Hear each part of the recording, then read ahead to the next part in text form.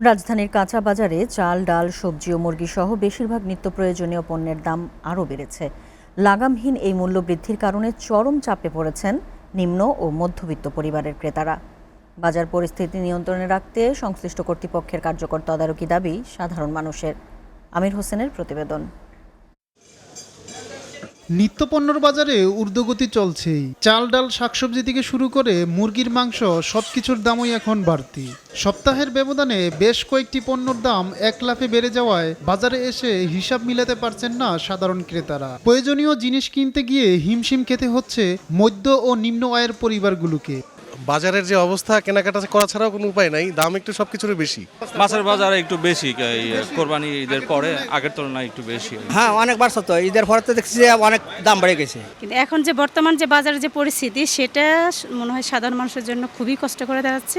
কিছুদিন পূর্বেও যে স্বাভাবিক যে মূল্যটা ছিল, এখন তার সাথে সব কিছুর কিছু কিছু দাম বৃদ্ধি হচ্ছে, এটা কত সত্য।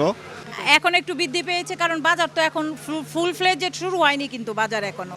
এদিকে খুচরা বিক্রেতাদের দাবি, বাজারে পণ্যর সরবরাহ ঘাটতি না থাকলেও পাইকারি বাজারে দাম বেশি।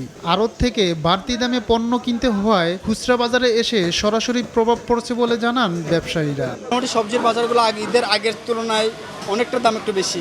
ওই আলুর দামটা বাড়ছে, আর পেঁয়াজটা যেগুলো আগের দামে, এগুলো বাড়ে নাই। পেঁয়াজ, আদা, রসুনগুলো আগের দামে আছে। এই মুহূর্তে নতুন ফলন আসার পরে বাজারে ব্যাপক চাউল সরবরাহ, চালের দাম অনেক বাড়তি। কেজিতে 20-50 টাকা বাড়ছে।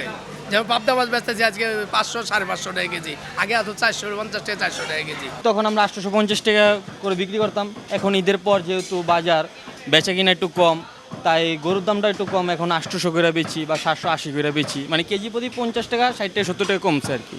কাঁচা বাজারে নিত্যপণ্যের এই ধারাবাহিকতার দাম বৃদ্ধিতে সাধারণ মানুষের দুর্ভোগ দিন দিন বাড়ছে। বাজার পরিস্থিতি স্থিতিশীল রাখতে এবং সিন্ডিকেটের কারসাজি রোধে প্রশাসনের নিয়মিত ও কঠোর বাজার মনিটরিংয়ের দাবি ভুক্তভোগী ক্রেতাদের।